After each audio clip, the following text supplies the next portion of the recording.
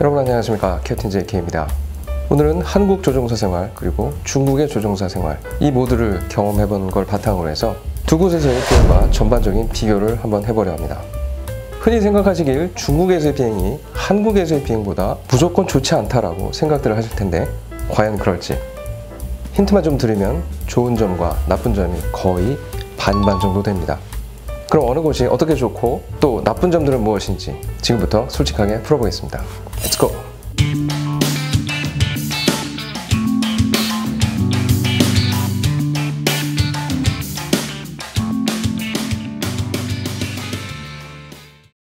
전반전은 중국의 비행이 한국보다 다소 좋은 점들로 시작을 한번 해보겠습니다.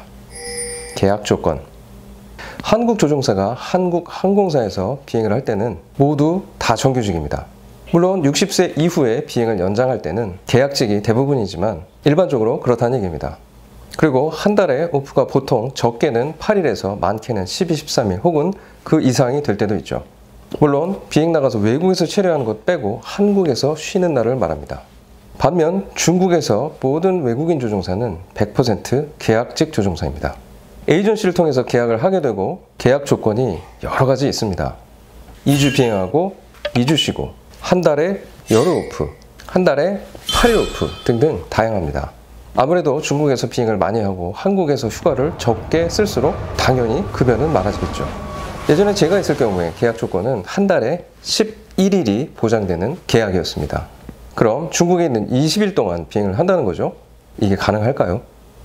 실제로 예전 제가 국내 대형사에 있을 때 외국인 조종사들은 한국에서의 오프가 거의 없었습니다. 대신 외국 비행을 나가서 해외에서 체류하면서 쉬는 그런 패턴이었죠. 하지만 중국은 좀 다릅니다. 비행 스케줄. 자, 중국에 머무는 동안 20일간의 비행 패턴이 어떻게 될까요? 중국은 민항을 관장하는 기관인 CAAC 이곳의 힘이 막강합니다. 우리가 중국을 볼 때 막연하게 좀 무리해서 비행을 시키고 좀 그럴 것 같잖아요. 하지만 스케줄과 같은 비행 근무 환경은 우리나라보다 좋습니다. 조종사의 연 비행 시간 제한도 우리나라가 1000시간인데 반해 중국은 100시간이 적은 900시간으로 제한을 하고 이게 엄청 큰 겁니다. 또 중국은 법적으로 5시간 이상 차이가 나는 곳을 비행을 다녀오면 48시간의 휴식을 주게 되어 있습니다. 그러니 중국에 있는 20일 동안 이런 룰을 적용한다면 비행 한번 다녀와서 바로 나가는 것이 아니라 하루 또는 이틀 쉬고 또 나가는 그런 비행 패턴이 되겠죠. 해외 체류. 중국은 해외 체류 시에 조종사에게 퍼듐, 그러니까 해외 체재비를 전혀 지급하지 않습니다. 하지만 체류하는 동안 모든 식사를 제공하죠. 호텔 근처에 마땅한 중국 식당이 있는 경우에는 그곳과 계약이 되어 편한 시간에 내가 예약을 하고 편하게 밥을 먹을 수가 있습니다. 근처에 중국 식당이 마땅치 않은 경우에는 더 좋습니다. 왜냐하면 호텔에서 3끼를 다 먹을 수 있기 때문이죠. 그것도 한 끼의 단가가 꽤 넉넉하게 책정이 돼 있어서 어지간한 호텔식을 내가 원하는 대로 다 먹을 수가 있죠. 중국에도 우리 카톡과 같은 그런 위챗이라는 곳이 있습니다. 외국 비행 나가서 호텔 체크인 시에 단톡방 하나를 파서 조종사와 승무원 모두가 그 단톡방에 들어가게 되죠. 그리고 거기서 전달 사항이나 또는 식사 시간 같은 거를 조절하게 됩니다. 우리나라 항공사 같은 경우 대형사라 하더라도 동남아와 유럽은 대부분 조식을 제공하고 있지만 미주 등 그 외의 모든 지역은 식사 제공이 되지 않습니다. 그래서 내가 한 달에 받는 체재비 내에서 내가 해결을 해야 하죠. 이 체재비가 많이 모자란 정도는 아니지만 또 원하는 걸 막 사 먹기에 그렇게 넉넉하지는 않습니다. 비행 중 음식. 비행을 하다가 식사 때가 되면 조종사, 승무원에게 모두 식사가 제공이 됩니다. 당연히 중국도 우리나라와 같이 식사가 제공이 되지만 그 스케일의 차이가 굉장히 큽니다. 제가 개인적으로 중국 음식이 입에 맞았던 이유도 있지만 조종사에게 제공되던 기내식의 양과 맛 모두가 굉장히 만족스럽습니다.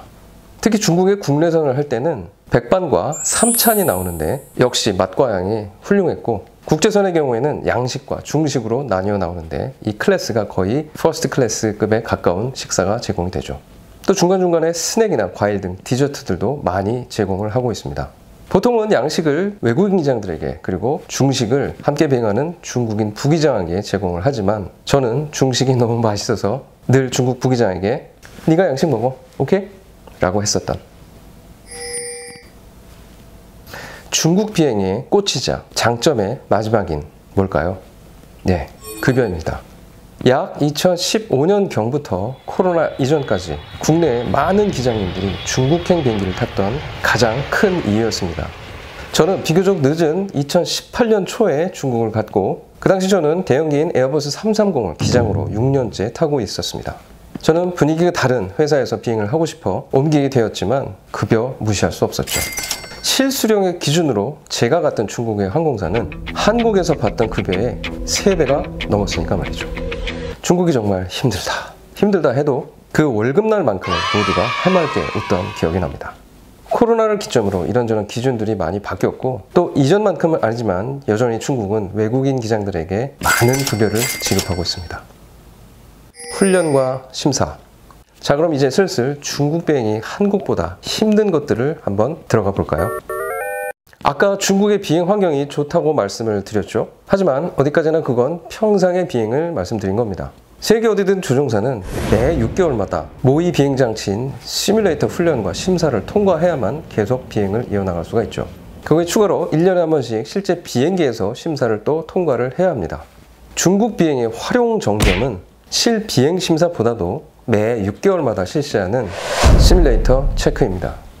일단 같은 기종이라 하더라도 훈련이나 심사 때 실시하는 과목 자체가 중국은 여타 다른 나라와 전혀 결이 다릅니다. 참고로 우리나라는 훈련이나 심사 과목이 다른 세계적인 추세를 따르는 편이죠.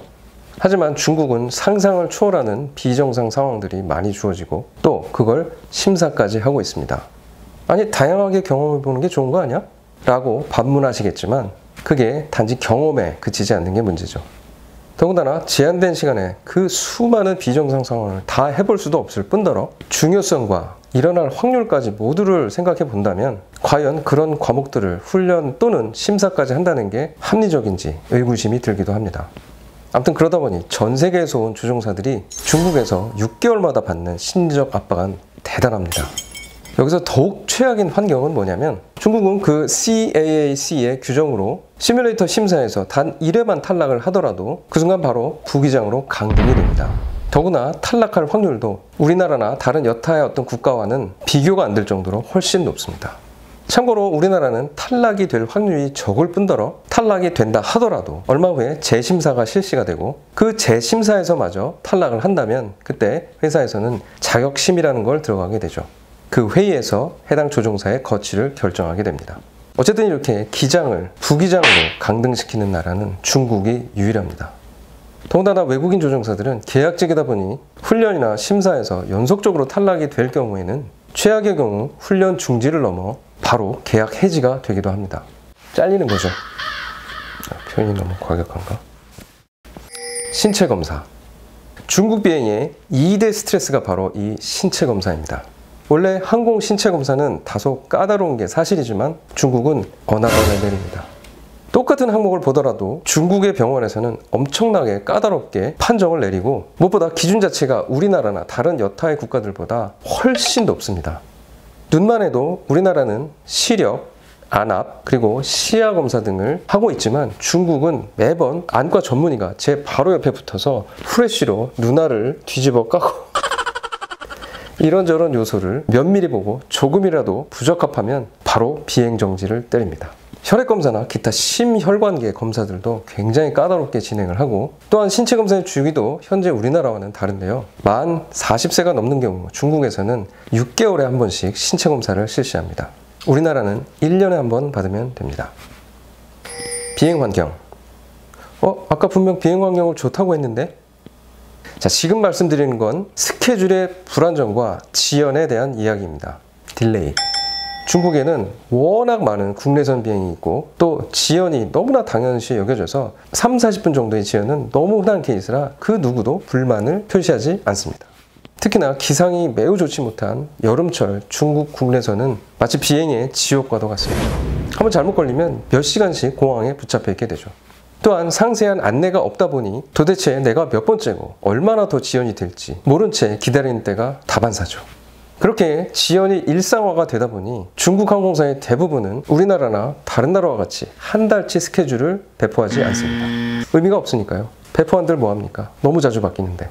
그래서 쉬는 날 수시로 회사로부터 전화가 자주 오고 그럴 때마다 스트레스 지수도 함께 올라가죠.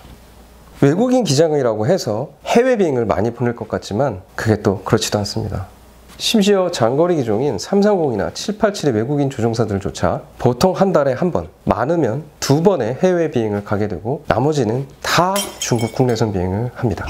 그래도 땅이 워낙 넓은 나라다 보니 우리나라처럼 콩콩콩 찍고 다니는 국내선이 별로 없어서 그나마 다행이었죠. 언어. 현재 모든 비행기는 기장과 부기장 이 2명이 운항을 하고 있습니다. 장거리는 3명이나 4명이 탑승을 해서 교대로 비행을 하지만 어쨌든 조종실에는 언제나 2명이 비행을 합니다. 그래서 이 두 사람의 소통과 이해는 매우 중요하죠. 중국에서 비행할 때 저와 함께 비행하는 부기장은 100% 중국인 부기장들입니다. 당연히 제가 중국어를 잘 못하고 중국인 부기장들이 한국어를 못하니 영어로 서로 소통을 해야 되는데 비영어권 나라에서 나고 자란 저도 원어민과는 차이가 많이 나는 영어를 구사하지만 그래도 일상이나 비행에서 영어로 소통하는 데는 거의 무리가 없는 수준입니다. 중국의 조종사들 중에서도 영어가 매우 뛰어난 분들이 있습니다. 하지만 전반적인 수준은 다소 아쉬운 수준이었죠. 특히 나이가 많은 중국인 기장들 중에는 외국인 조종사와 대화 자체를 꺼리는 분들도 꽤 많았으니까요. 비행 습관. 똑같은 기종을 다른 두 나라에서 타보다 보니 차이를 확연히 느낄 수가 있었는데요. 우선 중국의 조종사들은 비행 관련한 모든 매뉴얼을 중국어로 번역된 번역본을 쓰고 있습니다. 보잉이나 에어버스 자체의 다양한 매뉴얼들을 포함해서 심지어 체크리스트까지 중국어로 번역된 번역본을 쓰죠. 옆에서 듣다 보면 과연 이게 내가 타던 비행기란 말인가? 물론 부기장들이 외국인 기장들과 탈 때는 당연히 영어 체크리스트를 사용하지만 아무튼 뭔가 그들만의 세상이 따로 있는 것 같은 그런 느낌이 많이 듭니다. 또 아시는 분들은 많이 알고 계시지만 중국인 조종사와 중국인 관제사는 자기들끼리 자국어인 중국어를 사용하고 있죠. 이때 끼어있는 외국인은 이 둘이 무슨 교신을 하는 걸까? 하고 가끔 멍 때리게 되는. 또 대부분의 중국인 조종사들은 높은 고도로 올라가는 걸 별로 좋아하지 않습니다. 비행할 때, 특히 장거리 비행할 때 최적의 고도라는 것이 있습니다. 처음 이륙할 때 거의 만땅에 가깝게 체온 연료가 소진이 되면서 비행기 무게가 점점 가벼워지게 되는데 그에 따른 비행기의 최적의 고도도 올라갑니다. 그래서 조종사들은 그에 상응한 고도로 단계적으로 올라가길 원하죠. 연료도 시간도 절약되니 말이죠. 통상 비행기가 높이 올라가면 지상에서부터 12km 이상을 올라가기도 합니다. 피트로는 대략 41,000피트 정도 되죠. 중국에 있는 2년 동안 중국인 조종사가 38,000피트 이상을 올라가는 걸 단 한 번도 본 적이 없습니다. 또 비행기 맨 앞쪽 코에 숨겨진 기상 레이더라는 것이 있는데요. 그것 또한 작동시키는 걸 아주 싫어하죠. 요즘 말로 극혐합니다. 중국 조종사들은 이 두 가지가 몸에 굉장히 해롭다는 그런 의식이 매우 강합니다. 굉장히 몸을 아끼는 모습이죠. 사실 일리가 전혀 없는 얘기는 아니지만 아마도 오래전 선배 조종사들로부터 전해 내려온 조금은 잘못된 비행 습관이 아닌가 생각합니다. 자, 오늘은 우리나라와 중국의 여러 가지 비행 환경에 따른 차이를 심도 있게 살펴봤습니다. 보셔서 알겠지만 중국이 꼭 다 나쁘고 우리나라가 더 좋고 이런 건 아닙니다. 혹시 젊은 후배 조종사분들이 이 영상을 보신다면 나중에 중국으로 나갈 계획을 하실 때 꼭 참고하셨으면 좋겠습니다. 참고적으로 말씀드리지만 우리나라를 떠나면 그 어느 나라도 만만한 곳이 없습니다. 오늘도 끝까지 시청해주셔서 대단히 감사합니다. 다음 영상에서 다시 찾아뵙겠습니다. 캡틴 JK입니다.